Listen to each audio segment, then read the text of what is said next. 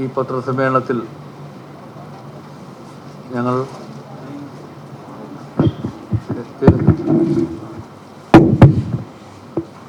എന്നോടൊപ്പമുള്ളത്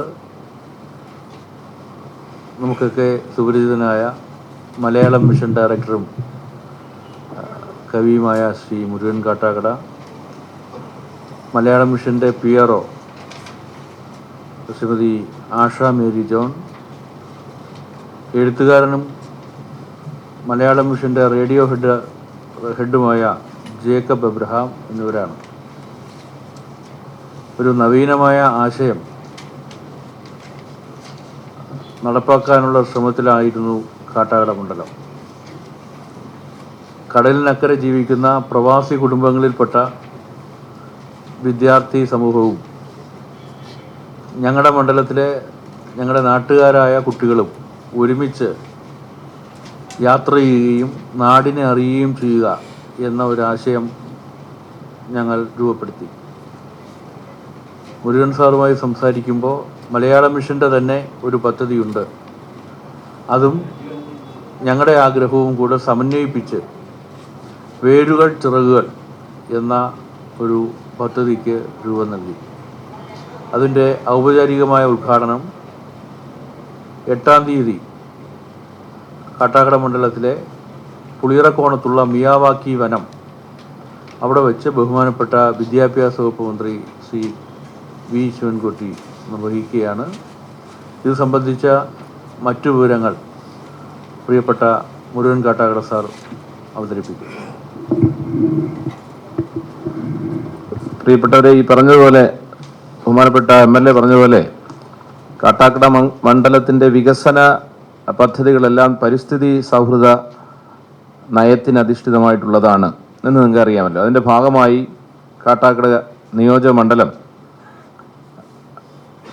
ബഹുമാനപ്പെട്ട MLA മുന്നോട്ട് വെച്ച ഒരാശയമാണ് കാട്ടാക്കട മണ്ഡലത്തിലെ വ്യത്യസ്തങ്ങളായ പ്രതിഭകളായ കുട്ടികളെ തിരഞ്ഞെടുത്ത് അവരെയും വിദേശ രാജ്യങ്ങളിൽ പ്രവാസ ലോകത്ത് ജീവിക്കേണ്ടി വന്ന നമ്മുടെ കുഞ്ഞുങ്ങൾക്ക് നമ്മുടെ നാടിനെയും നമ്മുടെ സംസ്കാരത്തെയും അനുഭവപ്പെടുത്തുന്നതിന് വേണ്ടി അകം വിദ്യാർത്ഥികളുടെയും പുറം വിദ്യാർത്ഥികളുടെയും ഒരു സഹവാസ സംഗമം സംഘടിപ്പിക്കുന്നതിനെ സംബന്ധിച്ച് അദ്ദേഹം ഒരു നിർദ്ദേശം മുന്നോട്ട് വയ്ക്കുകയും അത് കേരള സർക്കാർ സാംസ്കാരിക വകുപ്പിൻ്റെ കീഴിലുള്ള മലയാളം മിഷൻ്റെ സാംസ്കാരിക വിനിമയ പരിപാടിയുമായി അതിനെ ബന്ധപ്പെടുത്തുകയും അങ്ങനെ വേരുകൾ ചിറകുകൾ എന്ന പേരിൽ 3 ദിവസത്തെ ഈ അകം കുട്ടികളുടെയും പുറം കുട്ടികളുടെയും സഹവാസം എന്ന പുതിയൊരാശയം വയ്ക്കുകയാണ്. ഇങ്ങനെ രാജ്യത്തിനകത്തുള്ള അല്ലെങ്കിൽ സംസ്ഥാനത്തിനകത്തുള്ള കുട്ടികളെയും കുട്ടികളുടെ വീടുകളിൽ തങ്ങിക്കൊണ്ട് രാജ്യത്തിന് പുറത്തുള്ള മലയാളി കുട്ടികൾ കേരളത്തെ അനുഭവിക്കുക എന്ന് പറയുന്നത് ആദ്യമായി സംഭവിക്കുന്ന ഒരു കാര്യമാണ്.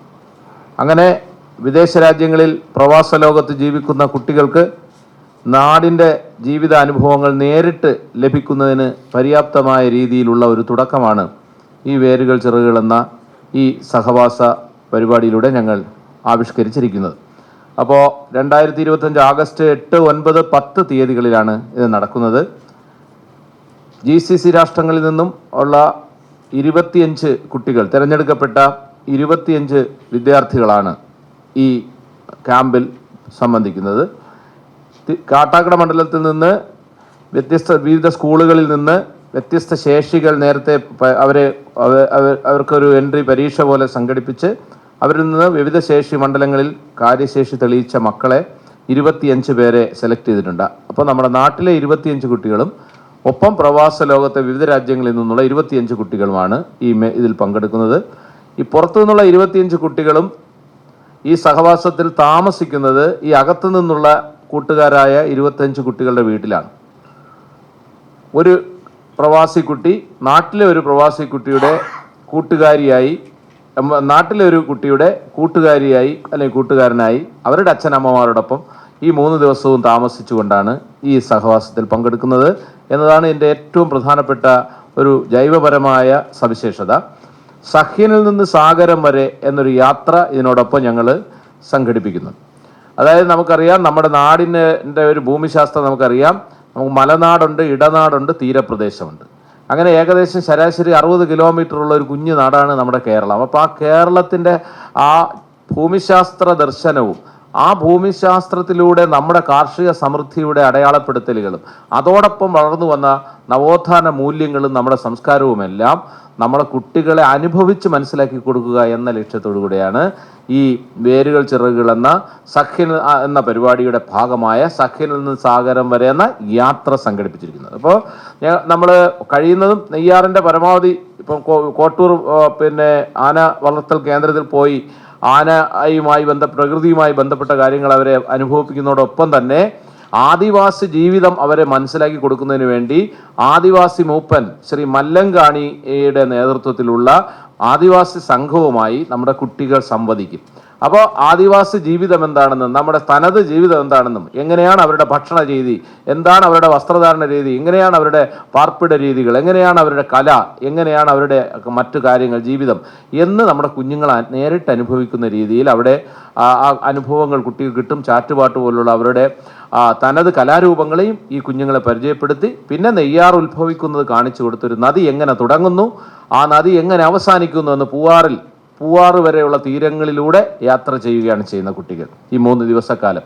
അപ്പോൾ ഒരു നദി തുടങ്ങുന്നത് എങ്ങനെയാണെന്നും അത് ഒഴുകി അസ്തമിക്കുന്നത് എങ്ങനെയാണ്, ഒഴുകി എത്തുന്നത് എങ്ങനെയാണെന്നുമാണ് ആ പോക്കിൽ എങ്ങനെയാണ് സംസ്കാരം ഉണ്ടാകുന്നതെന്ന് നമ്മൾ കാണിച്ചു കൊടുക്കും. അങ്ങനെ ഈ വരുന്ന വരവിൽ നമ്മൾ കുട്ടികളെ ഇപ്പോൾ നമ്മൾ മലനാട് കാണിച്ചു കൊടുത്തു, അവിടുത്തെ ആദിവാസി സംസ്കാരം കാണിച്ചു കൊടുത്തു. തിരിച്ച് ഇടനാടിലേക്ക് ഇറങ്ങുമ്പോൾ ഇടനാട് നമ്മുടെ സമതലത്തിലേക്ക് വരുമ്പോൾ അവിടെ കൃഷി എങ്ങനെ സംഭവിക്കുന്നു, നമ്മളൊരു വയൽ അതിനുവേണ്ടി ഒരുക്കുന്നുണ്ട്. ആ വയലിൽ എങ്ങനെയാണ് വയൽ ഒരുക്കുന്നത് എങ്ങനെയാണെന്ന് കുട്ടികളെ അനുഭവിപ്പിച്ചു കൊടുക്കും. കുട്ടികൾ തന്നെ ഇൻവോൾവായി ഈ കൃഷി എന്താണെന്ന്, നെല്ല് എന്താണെന്ന്, നെൽകൃഷി എങ്ങനെയാണ്, വിത്ത് എന്താണെന്നും അത് വിതയ്ക്കുന്നത് എങ്ങനെയാണെന്നും എല്ലാം മനസ്സിലാക്കുന്ന രീതിയിൽ കുട്ടികളെ തന്നെ ഇൻവോൾവ് ചെയ്തുകൊണ്ടുള്ള ഒരു പരിപാടിയാണ്. 9-ാം തീയതി അത് നടക്കും. അത് കഴിഞ്ഞ് അവിടെ നിന്ന് വീണ്ടും ഞങ്ങൾ യാത്ര ചെയ്ത് പോകുന്നത് അരുവിപ്പുറത്തേക്കാണ്. ശ്രീനാരായണ ഗുരുദേവൻ എങ്ങനെയാണ് മതേതരമായ ആത്മീയ ബോധം അടയാളപ്പെടുത്തിക്കൊണ്ട് എല്ലാവർക്കും വിശ്വസിക്കാൻ കഴിയുന്ന രീതിയിൽ എങ്ങനെ ആത്മബോധത്തെ അടയാളപ്പെടുത്താമെന്ന് കേരള ചരിത്രത്തിൽ അടയാളപ്പെടുത്തിയ അരുവിപ്പുറം അവർ കാണിച്ചു കൊടുക്കും. ആ പ്രതിഷ്ഠ കാണിച്ചു കൊടുക്കും. എവിടെ നിന്നാണ് ആ കല്ല് അദ്ദേഹം അവിടെ ഉയർത്തി അതൊരു അടയാളമാക്കിയതെന്നുള്ളത് കാര്യമെല്ലാം മനസ്സിലാക്കി കൊടുത്തുകൊണ്ട് കുട്ടികൾ നേരെ പൂവാറ് പോവുകയും ആ പൂവാറ് പോകുന്നതിനിടയിൽ നമ്മൾ തിരിച്ച് വെങ്ങാനൂരിലെത്തി. വെങ്ങാനൂരിൽ അയ്യങ്കാളിയുടെ ആ സ്മാരകം നമുക്കറിയാം. ബഹുമാനപ്പെട്ട MLA-യുടെ നേതൃത്വത്തിൽ ഊരിട്ടമ്പലത്ത് നമുക്കറിയാം പഞ്ചമിയെ കയറ്റിയിരുത്തിയ ബെഞ്ചിനെ ഇല്ലാതാക്കി അല്ലെങ്കിൽ കത്തിച്ചു കളഞ്ഞതിൻ്റെ അവശിഷ്ടം അവിടെ ഉണ്ട്. അവിടെ സ്മാരകമാക്കിയിട്ടുണ്ട്.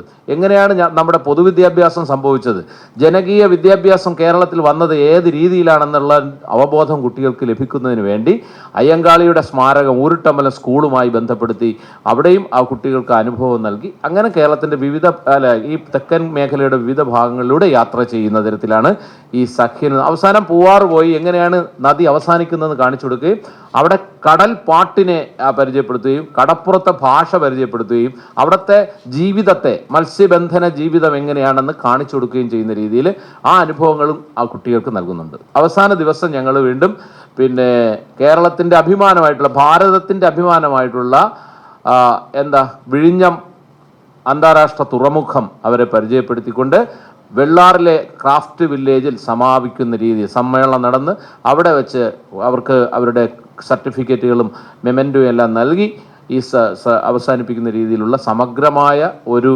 യാത്രയാണ്, നവീനമായ ഒരു യാത്രയാണ്. സാധാരണഗതിയിലുള്ള ഇങ്ങനെയുള്ള ഇത് നിന്ന് വ്യത്യസ്തമാണ്. 2 കാരണം കൊണ്ട് വ്യത്യസ്തമാണ്. പുറത്തു നിന്നുള്ള കുട്ടിയും അകത്തു നിന്ന കുട്ടിയും ഒരുമിച്ച് സന്തോഷത്തോടെ ഒരു മാനസിക ബന്ധം ഉണ്ടാക്കുന്ന തരത്തിലാണ് ഇത് ഡിസൈൻ ചെയ്തിരിക്കുന്നത്. രണ്ടാമത്തെ കാര്യം, പുറത്തു നിന്നുള്ള കുട്ടി അകത്തു നിന്നുള്ള മക്കളുടെ വീടുകളിൽ ആണ് താമസിക്കുന്നത്. അല്ലാതെ നമ്മൾ ഹാളുകളും മുറികളും ഒക്കെ എടുത്ത് കൊടുക്കുന്ന തരത്തിലുള്ള ഒരു സഹവാസമല്ല ഇത് എന്നുള്ളതാണ് ദയവായി. പിന്നെ മറ്റൊന്ന്, നമ്മുടെ സംസ്കാരത്തെ നേരിട്ട് അനുഭവിക്കുന്ന രീതിയിലാണ് ഇത് സംഘടിപ്പിച്ചിരിക്കുന്നത്. മിയാവാക്കി വനം ഉണ്ട്, അവിടെ നിന്നാണ് തുടങ്ങുന്നത്. ബഹുമാനപ്പെട്ട MLA-യുടെ നേതൃത്വത്തിൽ അവിടെ ഒരു മിയാവാക്കി വനം നിങ്ങൾക്കറിയാം, പുളിയറക്കോണത്ത് ഗംഭീരമായി വരുന്നുണ്ട്. കുട്ടികൾ അത് മനസ്സിലാക്കുക അറിയും. ബഹുമാന്യനായ പൊതുവിദ്യാഭ്യാസ തൊഴിൽ വകുപ്പ് മന്ത്രി ശ്രീ V. ശിവൻകുട്ടിയാണ് ഈ പരിപാടി 8-ാം തീയതി ഉദ്ഘാടനം ചെയ്യുന്നത്. പിന്നെ ദിവ്യ എസ് അയ്യർ, ഞങ്ങളുടെ സാംസ്കാരിക വകുപ്പിൻ്റെ ഡയറക്ടറായിട്ടുള്ള ദിവ്യ എസ് അയ്യർ ഉൾപ്പെടെയുള്ള മറ്റ് റിസോഴ്സ് പേഴ്സൺസും ഉണ്ടാവും. ഞങ്ങളതിൻ്റെ ബ്രീഫിംഗ് നിങ്ങൾക്ക് തന്നിട്ടുണ്ട്. ഇത് ബോധ്യപ്പെടുത്താനാണ് ഞങ്ങൾ നിങ്ങളോടൊപ്പം ഇരിക്കുന്നത്. എന്തെങ്കിലും ഉണ്ടെങ്കിൽ ചോദിക്കാം ദയവായി.